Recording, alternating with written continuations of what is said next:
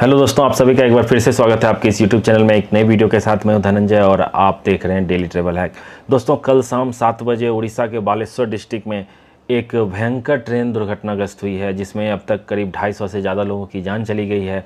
लगभग 1200 से ज़्यादा लोग घायल हैं। इसका अभी ऑफिशियल फिगर आना बाकी है, लेकिन अंदाज़ा लगाया जा रहा है कि ये जो आप कैजुअल्टी देख रहे हैं इसकी संख्या बढ़ने वाली है, क्योंकि आप इस तस्वीर से अंदाज़ा लगा सकते हो ये ट्रेन इतनी ज़ोर से दुर्घटनाग्रस्त हुई है और इसमें 3 ट्रेन इन्वॉल्व है। अब आप ये समझने की कोशिश कीजिए कि आखिर ये ट्रेन दुर्घटनाग्रस्त हुआ कैसे। इसमें मानवीय भूल है या सिस्टम फेल्योर हो गया, या अब इसका जिम्मेदार कौन, इसकी जिम्मेदारी लेगा कौन। आप समझ सकते हो ये इतना बड़ा दुर्घटना होने के कारण जो इतने सारे लोगों की जान गई है उसके जिम्मेदार कौन होंगे। मैं आपको बता दूं, 12841 शालीमार चेन्नई एक्सप्रेस, जो कि शालीमार से आके चेन्नई की ओर जा रही थी, और दूसरी ट्रेन हमारी Bangalore SMBT Sir M Visvesvaraya terminal से निकल के हावड़ा की ओर जा रही थी। दोनों पैसेंजर ट्रेन है, फुल्ली पैक्ड रहती है। इसमें जो लोग रहते हैं स्लीपर कोचेज में, इसकी अगर हालत देखोगे तो आप अगर 72 सीट है तो लगभग 150 से ज़्यादा लोग रहते हैं स्लीपर कोच में, क्योंकि वेटिंग वाले रहते हैं,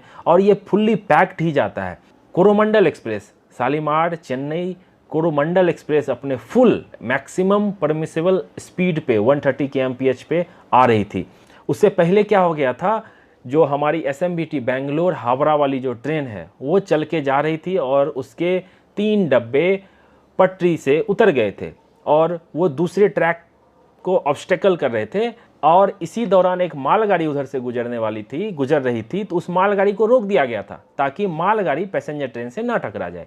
और उस दौरान हुआ क्या, अब मालगाड़ी रुकी है तो वो ब्लॉक सेक्शन, मैंने आपको पहले भी समझाया था, वो पूरा ब्लॉक हो गया और पीछे से कोरोमंडल एक्सप्रेस अपने फुल स्पीड से आ रही है। और ऐसा कहा जा रहा है कि सिग्नल रेड होने की बजाय सिस्टम फेल्योर हो गया। सिग्नल फेल्योर होने की वजह से लोको पायलट, उसके जो क्रू थे, असिस्टेंट लोको पायलट, उनको पता ही नहीं चला कि आगे ट्रैक पे एक मालगाड़ी है, क्योंकि ट्रेन जब 130 के स्पीड से चलती है तो आप अंदाज़ा लगा लो, ट्रेन अगर आप रोकने की इमरजेंसी ब्रेक भी लगाने की कोशिश करोगे तो कम से कम 1 किलोमीटर, कम से कम 800 से 1 किलोमीटर डिस्टेंस लेती है ट्रेन रुकने में।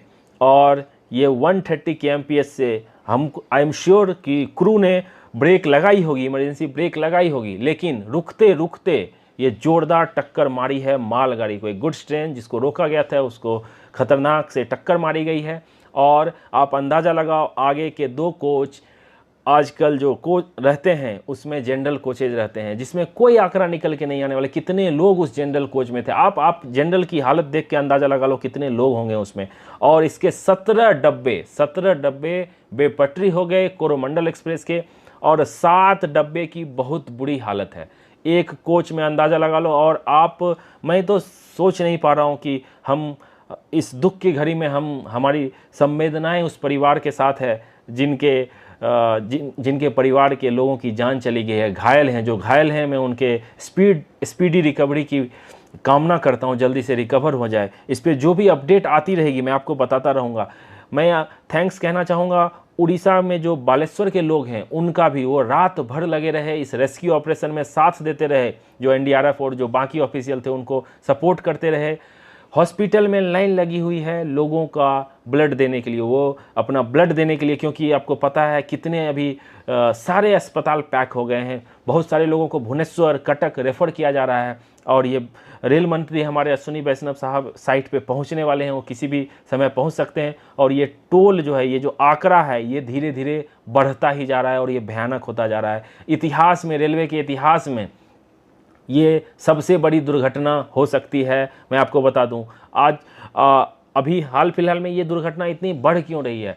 अभी बात की जा रही थी जो कवच सिस्टम रहेगा, अगर कवच लगा रहेगा ट्रेन में तो आमने सामने अगर ट्रेन रही या एक ही ट्रैक पे रही तो अचानक उसमें ब्रेक लग जाएगी, डिस्टेंस पे ही ब्रेक लग जाएगी और कोई दुर्घटना नहीं हो सकता है। तो ये सिस्टम आने में अभी बहुत टाइम लगने वाला है। कुछ ट्रेनों में ये लगाया गया है, लेकिन इसको सारी जगह इंप्लीमेंट करने में बहुत टाइम लगने वाला है। एक अच्छी बात इसमें लोग कह रहे हैं, जो ये LHB वाली कोच थी जिसके कपलिंग सिस्टम काफ़ी अच्छे होते हैं, लेकिन फिर भी सोचो ये जो विजुअल देख के आप अंदाज़ा लगाओ कि कितना भयंकर घटना हुई है। हमारी SMBT हावड़ा वाली जो ट्रेन थी जो डिरेल होके थी, तो उसके साइड में भी साइड कोलाइड हो गई, क्योंकि मालगाड़ी में टक्कर मारी, उसके बाद ट्रेन बेपटरी हुई और साइड में वो ट्रेन भी थी, उसमें जाके टकराई है।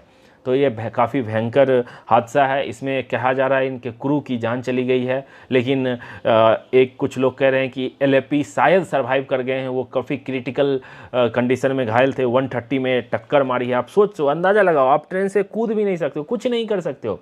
इसमें क्रू की जान गई है। इसमें रेलवे की लापरवाही मैं कह सकता हूँ, सिस्टम फेल्योर या जो भी हो, इसमें उच्च स्तरीय जांच बैठेगी। और मैं आपको बता दूं, जांच तो बैठती है, लेकिन जो इसका रिपोर्ट निकल के आता है वो नहीं पता चल पाता है पब्लिक को। मैं आपको जितनी भी हादसा हुई है, जितनी भी दुर्घटनाएं हुई है, मैं उसका रिपोर्ट निकाल के आपको सारे दुर्घटना का डिटेल बताने की कोशिश करूंगा आगे आने वाली वीडियो में। इसमें टाइम लगता है, रिसर्च लगता है और सही जानकारी देनी पड़ती है। ऐसा नहीं है कुछ भी बोल के मैं आपको बता दूंगा। जो एक्चुअल फैक्ट है, जो मुझे अभी तक जानकारी मिली है, मैं वही आपको देने की कोशिश करूंगा। हम आशा करते हैं जो घायल लोग हैं जल्द से जल्द रिकवर हो जाएं। इसमें हमारे प्रधानमंत्री नरेंद्र मोदी, राष्ट्रपति मुर्मू जी, सब ने दुख व्यक्त किया है। लेकिन दुख व्यक्त करने से कुछ नहीं, मुआवजा मिल जाएगा, लेकिन एक जान की कीमत कोई भी मुआवजा नहीं दे सकता है। जो लोग सोचो बेंगलोर से हावड़ा अपने घर को जा रहे होंगे, उनकी अभी जान चली। जो लोग शालीमार से आ रहे होंगे, चेन्नई की ओर जा रहे होंगे, अपने काम पे जा रहे होंगे, अपने घर जा रहे होंगे, रिलेटिव के घर में, मैं अपनी मेरे चैनल की तरफ से संवेदनाएं व्यक्त करता हूं। जल्द से जल्द ये ठीक हो जाए। अभी रेस्क्यू ऑपरेशन मुझे लगता है ये पूरा दिन चलने वाला है। जब ये रेस्क्यू हो गया, कोई भी ट्रेन उधर से नहीं जा सकती है। कितनी ट्रेनें कैंसिल हो गई है और कितनों का रूट डाइवर्ट कर दिया गया है।